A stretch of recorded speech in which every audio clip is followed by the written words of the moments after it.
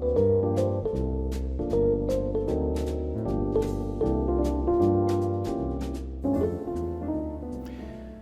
we're going to look at one of the most important problems in quantum mechanics, just as it was in classical mechanics, that is, the harmonic oscillator. Like the infinitely deep potential well, or that particle in a box problem as we've called it, this is an exactly solvable problem. It is slightly more complicated than the particle in that infinitely deep box, but it's still relatively straightforward to solve, especially if we already know the answer. Many kinds of quantum mechanical systems can be based on this simple harmonic oscillator, at least as a good first approximation. Obviously, we expect to be able to handle simple mechanical oscillators, some sort of tiny mass on a spring, such as vibrations of atoms in a molecule. As is also well known in classical mechanics, more complicated systems of many masses connected by springs can be reduced to a set of separate harmonic oscillator problems. Sometimes in ordinary classical mechanics, those are called the normal modes of the system. We are going to defer thinking about such more complicated systems in detail for now, but they can describe the ways that atoms vibrate in large molecules or crystalline solids, for example, where ultimately we may describe those vibrations quantum mechanically as so-called phonon modes. Another extremely important use of the harmonic oscillator is that, mathematically, it forms the basis for our understanding of the quantum mechanics of light, eventually leading to the idea of photons. We're going to have to postpone that discussion about the quantum mechanics of light, unfortunately, but this discussion also points out for us the crucial importance of this problem in our understanding of quantum mechanics in the world around us. To start, we will simply consider a quantum mechanical version of that simple mass on a spring type of oscillator. Before starting that, we're going to remind ourselves briefly again of the classical harmonic oscillator. So we remember that we have a mass m on a spring, and we are going to have a restoring force on that mass. If we pull the mass down by an amount y, then we're going to get a restoring force F minus k times y, where k is our spring constant. And as we said, this is a restoring force. That's why there's a minus sign in here, trying to pull the mass back towards 0. And this gives us a simple harmonic oscillator, as we looked at before. And we analyzed that in the classical case with Newton's second law. Force is equal to mass times acceleration. And the force here is minus k times y. And the acceleration is d2y by dt squared. And so we could rearrange that to get this equation here, of which the solutions are oscillatory with an angular frequency omega, in this case the square root of k over m. And so that gives something like, for example, a sinusoidal solution, and we saw that before. So the mass bounces up and down here with an angular frequency omega. To analyze this same oscillator quantum mechanically, we're going to look at this problem with potentials rather than forces. We could have done this also in classical mechanics as an option, for example, using what is known as Hamiltonian classical mechanics. In quantum mechanics, as I said earlier, we tend not to work directly with forces and much prefer this approach in terms of potentials. Schrodinger's wave equation is also set up that way from the beginning, of course. So let's see how we construct our quantum mechanical solution. So again, we have our mass on a spring. We're going to use small m here because we like that for our quantum mechanical particles. We're going to use z for our coordinate here. Again, we've tended to set up our quantum mechanical equations that way. And the potential energy corresponding to this restoring force F is something we can work out. The potential will be the integral from 0 to z of the force times the distance. The force is minus F here because it's restoring. We have to use a dummy variable, of course, to do our integration so that we don't confuse the integration variable with the endpoint of the integration. And in our case, we know the restoring force is k times the displacement, which I'm calling z0 here in the integration. So integrating this all up here is going to give me a half kz squared. And that is a potential energy as a function of displacement z. So that looks like a parabola here. A nice parabola. V of z is equal to 1/2 kz squared. So that's the potential energy we're going to be able to put into our equations to solve this quantum mechanical problem. Also, of course, we know that this, from the classical oscillator, is the same thing as 1/2 m omega squared, where omega is the oscillation frequency of the classical oscillator times the z squared. So we can put this potential energy into a Schrodinger equation. So here's our Schrodinger equation with this as the potential energy inserted directly in here. We would normally have V of z in our Schrodinger equation. We've now put in this explicit form. And again, we're going to convert to dimensionless units. It makes our life just a little easier for writing the algebra. So our unit of distance is going to be xi, and we're going to write that as the square root of m omega over h bar times z. So this is xi as this factor here times z. So it's a distance unit in the z direction, but with this factor in.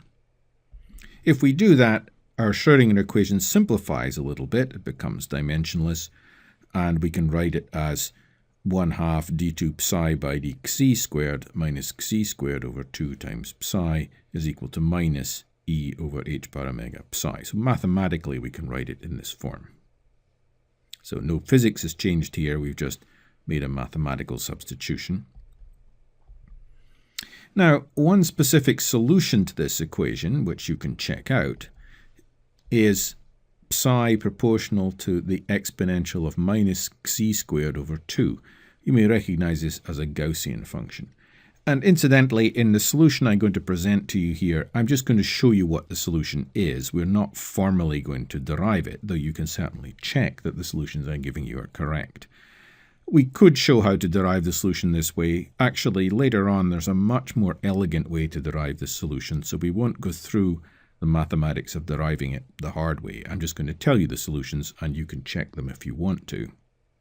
So, as I said, this particular expression would be a solution to this equation, which you can easily check. And this would have a corresponding energy of h bar omega over 2.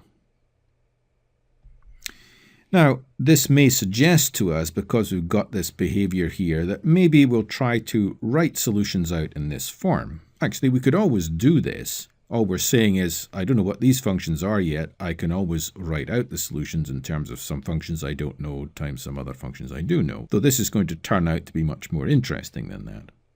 So I'm just going to say, well, let's just decide to write these potential solutions here as e to the minus xi squared over 2 times some other functions. And we're looking for functions of different quantum numbers, if you like, here. There's going to be all sorts of different solutions we hope to get with this index n.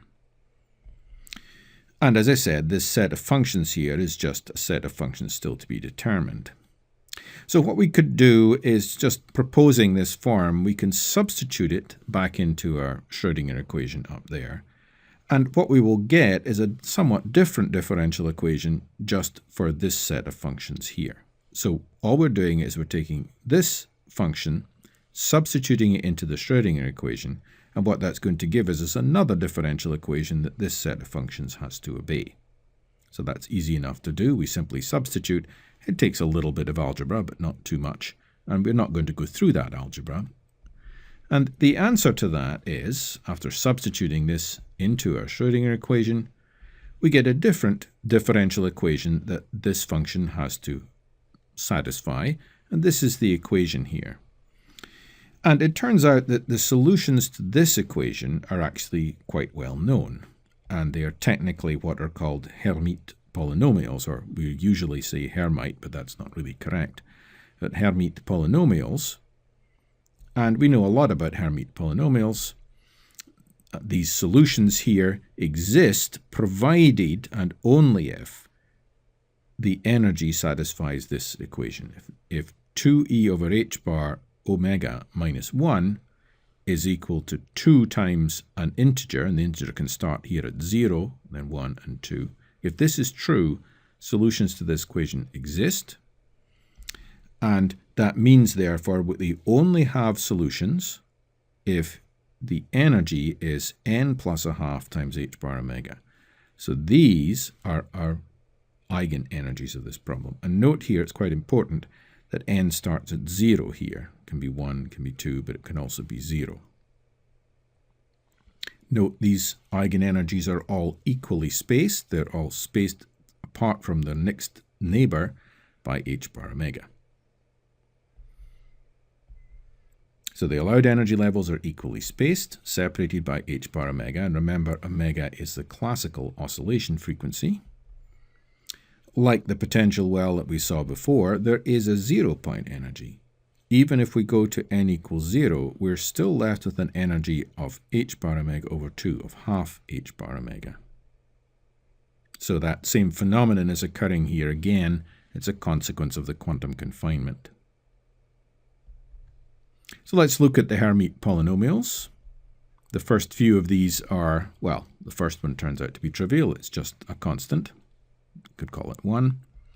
The second one is just a linearly varying function. It's just a straight line going through the origin. The third one is a particular kind of parabola here, so some sort of parabola. The next one up, number 3, remember we're starting from 0. Number 3 is a cubic of some kind, and number 4 is a fourth order polynomial of some kind. So here's the first few of them, and note incidentally that these functions are either even, so this one's even, this one's even, this one's even, only contains even powers of xi, or odd, it only contains odd powers of xi. So they have definite parity. All of these solutions have definite parity. They're either even or odd. Even, odd, even. And mathematically, there's a way of working these out, and we're not going to prove this, but you can look these things up in books of special functions. There's what's called a recurrence relation, which says basically successive Hermite polynomials can be calculated if you knew the previous two Hermite polynomials. So if I know these two Hermite polynomials, I can use this recurrence relation to calculate this one, and so on. So it's quite easy to calculate these polynomials if you need to. We can normalize this. That takes a bit of work, and again, we're not going to go through that algebra. We can figure out what these ANs are, and the answer to that is, in this dimensionless form, it would be this 1 over the square root of pi times 2 to the n times n factorial and square root of the whole thing. As I say, we could prove that. It would take us a little bit of work to do it. And this would therefore be, in the dimensionless form, the set of eigensolutions of the harmonic oscillator equation. So here's our dimensionless distance here, and we can express the answers in terms of those. Or we can express it in terms of the original coordinates. It looks a little messier here if we use the original distances, but these are the actual solutions, the eigenfunctions, and these are the eigenenergies. So we've solved this problem for eigenfunctions and eigenenergies. And let's just look at what they look like. So I'm plotting here, first of all, these are the energy levels, these orange dashed lines here. You'll see they're equally spaced, and they're a half h bar omega. They're in units of h bar omega, half, 1.5, and so on. We'll look at those in more detail in a minute. I've also plotted the parabola, which is the potential energy. That's just for comparison. We'll see in a minute the comparison we're going to make there. So here's the first eigenfunction. It's this nice form here. It's basically a Gaussian, if you're used to that form. The energy is h bar omega over 2 compared to the energy at the bottom of the parabolic potential energy. The second one is this Gaussian multiplied by a linearly varying function. So you can see it's an odd function because this is odd. And its energy is 3h bar omega over 2. The next one is this parabolic function multiplying the Gaussian. So it's an even function. And its energy is 5h bar omega over 2. And here's the n equals 3 one. It's a cubic odd function multiplying the Gaussian. So here you see this is odd. 7h bar omega over 2 is the energy. And the last one in our example here is the n equals 4 function energy is 9 h bar omega over 2, and it's got a symmetric fourth order polynomial here. So this is an even function. Incidentally, the intersections of this parabola, the potential energy, and the dashed lines corresponding to the eigenenergies occur at exactly the point of what we would call classical turning. That is, if you imagine that this was a classical oscillator for a moment and you gave a ball inside this potential this amount of energy, it would go down, come back up here, it would get exactly to this point and then would bounce back all the way around again. So these intersections are the so-called classical turning points. Again, if you gave a ball this much energy in the classical problem, it would go down from here up to here, and bounce down and back up, and it would turn round at exactly these points. So the classical turning points are where a classical mass of this energy, whatever one you've chosen, turns round and goes back downhill. So there is a physical interpretation and a correspondence back to the quantum mechanical problem in the classical one. Now we have found the eigensolutions to Schrödinger's time-independent wave equation for the case of a harmonic oscillator. It has some very interesting characteristics, especially that the energy levels are equally spaced. It's the only potential, this parabolic potential, that has this attribute. And they're spaced by h bar omega, where omega is the frequency, the angular frequency, that the classical oscillator with the same mass and the same parabolic potential energy would have. Viewed just as a particle in a potential, just like the particle in a box is a particle in a potential, this problem could be viewed as just a particularly interesting example of such an eigenproblem. We have allowed discrete energies, and each has its own wave function. And incidentally, this set of eigenfunctions we have found also forms a complete set for describing functions of position in one direction. But of course, there's something very odd here. We're supposed to be finding solutions of the harmonic oscillator. Surely something should be oscillating. What we have here so far looks nothing like an oscillator. Certainly nothing like the classical version that would have a particle moving backwards and forwards or up and down. In fact, in these quantum mechanical energy eigenstates, there is no oscillation. These are actually static solutions. Take the modulus squared of any of these wave functions, and you get a completely static, unchanging probability distribution. It's different for the different eigenstates, being wider and more bumps in it for the higher energy eigenstates and narrower and fewer bumps in it for the lower ones. But none of these is anything apparently moving. Now this is perplexing. Perhaps in the lowest state we might understand why there's no oscillation. The particle is essentially then sitting in its lowest state near the bottom of the parabolic potential well. But in the higher states, the particle certainly has some energy. Quantum mechanically though, it turns out there's nothing wrong here. It's actually quite possible quantum mechanically to have this oscillator in higher energy eigenstates and still have no real oscillation. But how do we get actual oscillation then? After all, our quantum mechanics has to explain everything that classical mechanics does also.